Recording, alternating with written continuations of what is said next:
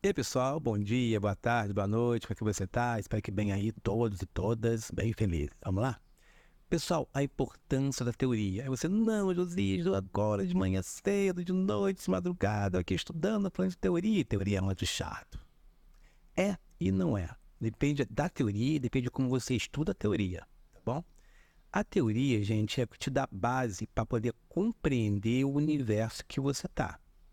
É na teoria que você vai ver que o teu tema ele está já sendo pesquisado, estudado por outros autores, outras pessoas estão falando isso de modo direto ou de modo indireto, mas é ali dentro do grupo acadêmico que você está sendo, está se referenciando, né? Está vendo aquilo, porque nada começou hoje, né?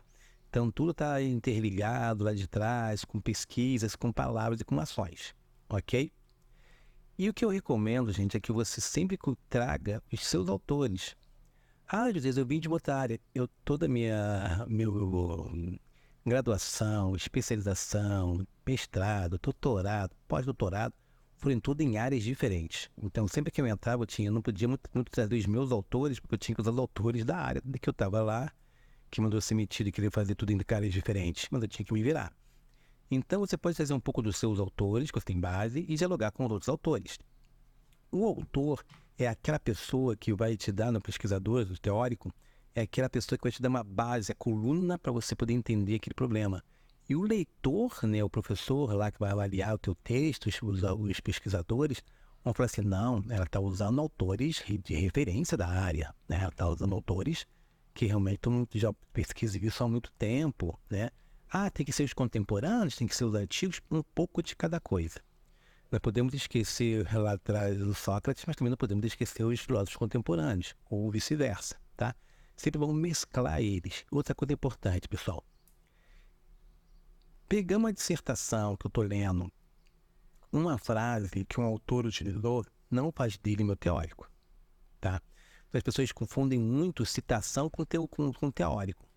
A citação não é meu teórico, citação é uma citação. Então, de repente, eu vou pegar uma dissertação do Pedrinho, da Mariazinha, lá da Universidade Federal XYZ e botar eles ali. Posso colocar à vontade. Só que ele não é a base da minha teoria, ele não é a base do esqueleto do meu teórico. Então, quando eu pego um autor consagrado na área, aí sim ele é a espinha dorsal da minha base. E os outros vão entrar para me ajudar. Vou dar um exemplo. Podcast ali eu estou falando de processo educacional, então eu quero usar o Freire. Então, ao usar o Freire, já me dá uma base gigantesca de sustentação. E eu vou falar, olha, eu vou usar o Freire, gente, porque o Freire é um autor que está falando muito do processo educacional, da importância do aluno, de a gente ouvir o aluno, as concepções teóricas do Freire, vamos dizer também que esse aluno tem que ouvir o Freire, tem que entender o mundo, tem que compreender o universo simbólico dele.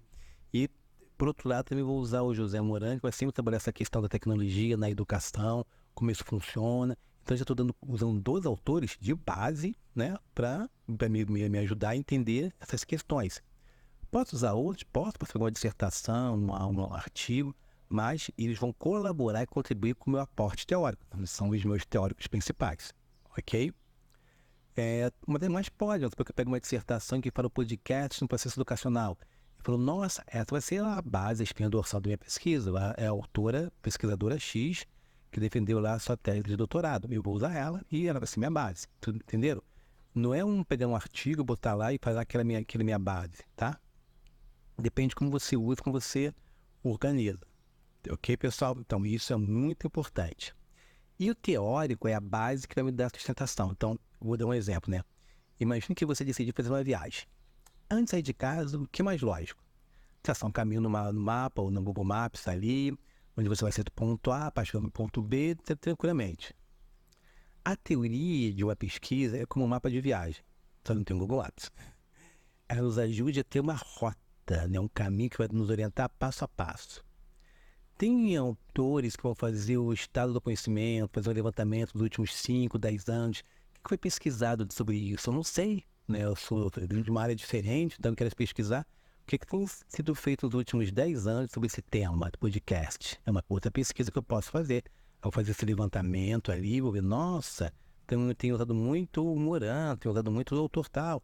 E aí eu tenho que fazer uma tabela dizendo qual é o texto que eu achei.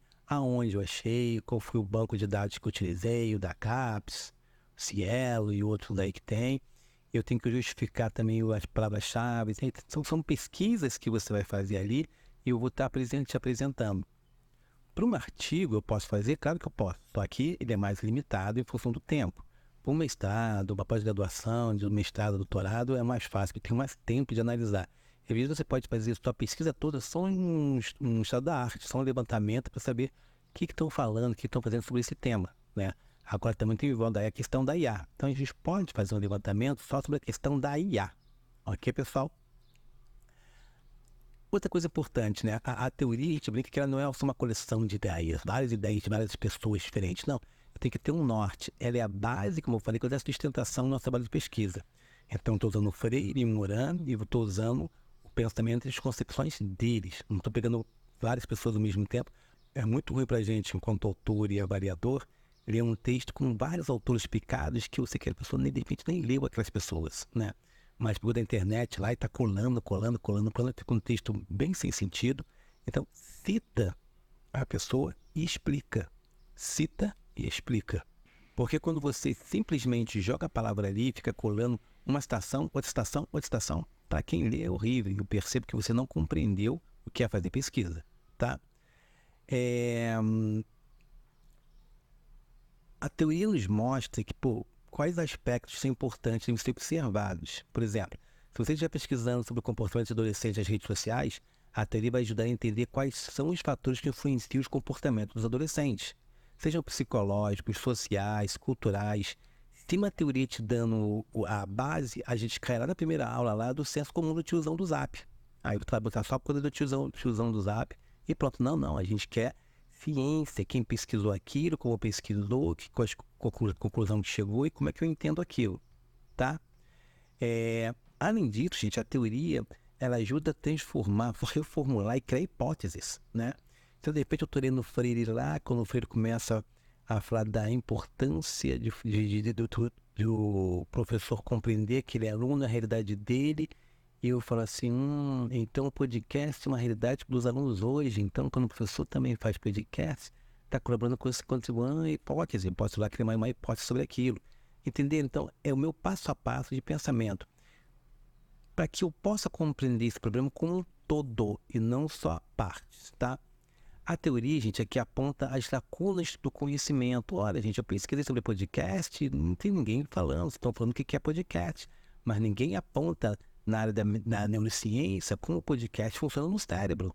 O aluno está ouvindo, está imaginando, passa pelo lobo frontal, por onde? Ou seja, não tem ninguém falando disso, então temos que falar. Quem pode pesquisar assim?